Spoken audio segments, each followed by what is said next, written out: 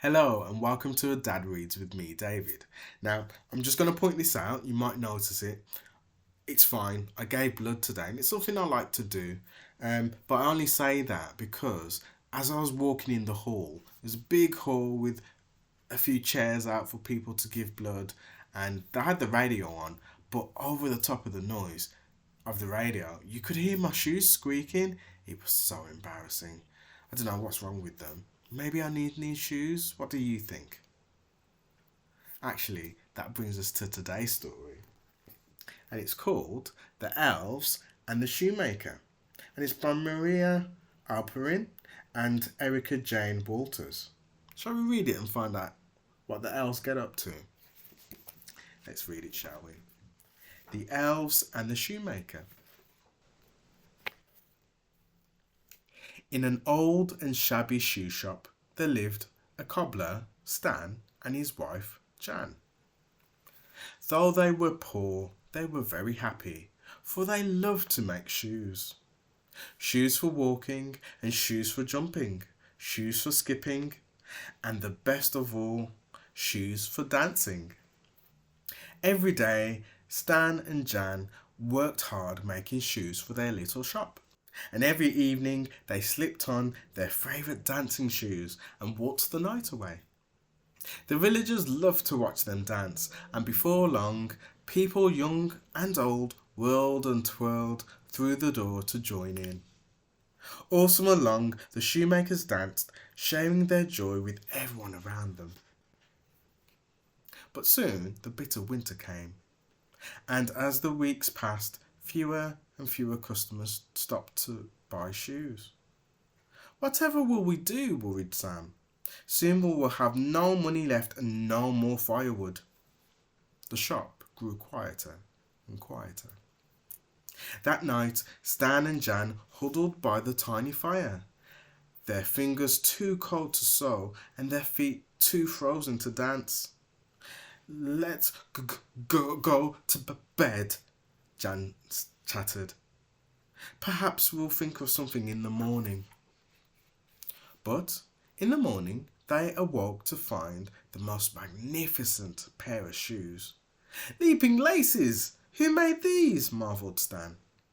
Before they could start to wonder, the shop door opened and in marched their first customer in weeks. Good day, cried the customer. My name is Sir Fumbly. I spied these splendid shoes in the window, and I must simply have them. The shoes fitted perfectly.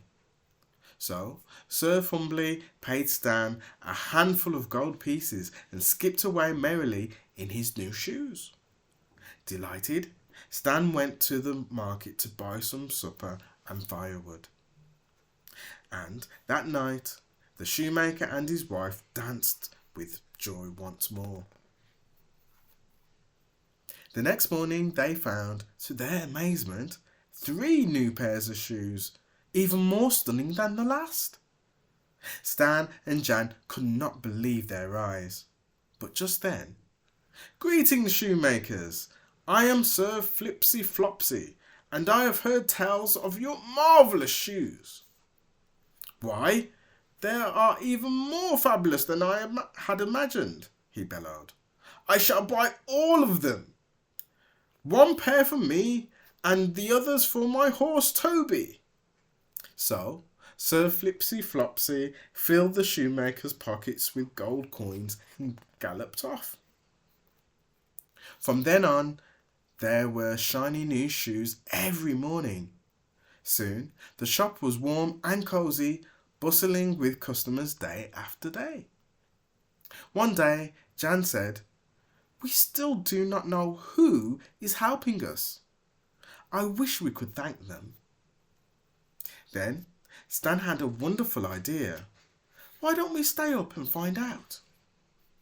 So that night, Stan and Jan hid behind the curtains. They waited and waited and waited until, as the clock struck midnight, 3 tiny elves slipped in through the keyhole and tiptoed across the room.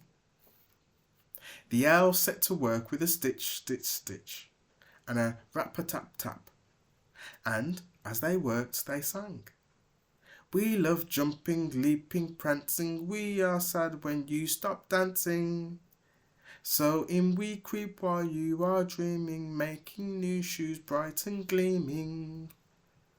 All night the elves sewed, until the sun began to rise, and then quickly, quietly, they popped back through the keyhole.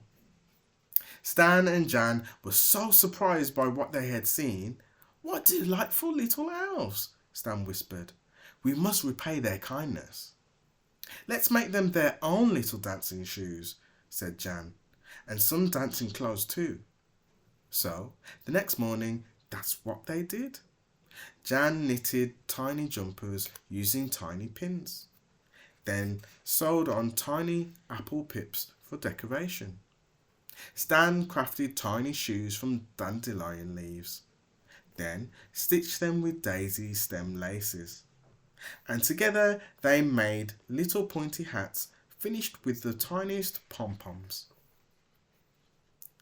At midnight, Stan left the tiny parcel on the workbench just before the three little elves crept inside. The note reads, for our very special helpers, may you dance the night away. With love, Jan and Stan. When the elves saw their new clothes, they were overjoyed. They giggled and wiggled and danced all night in the moonlight. But as the stars faded, the three little elves tiptoed away and vanished into the night. That was the last the shoemakers ever saw of the elves. But their kindness was never forgotten, and Stan and Jan danced every night with their friends just in case the elves ever returned. And who knows, maybe one day they will. The end.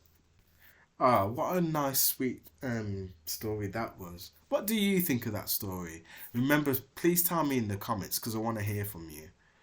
And I think this is like an old kind of story. I remember listening to a story like this when I was younger. I think it had a bit of a different ending, but yeah, I quite like this one. Let me know what you think. And do remember to subscribe and like this video. And you can even share it as well. Until next time, bye for now.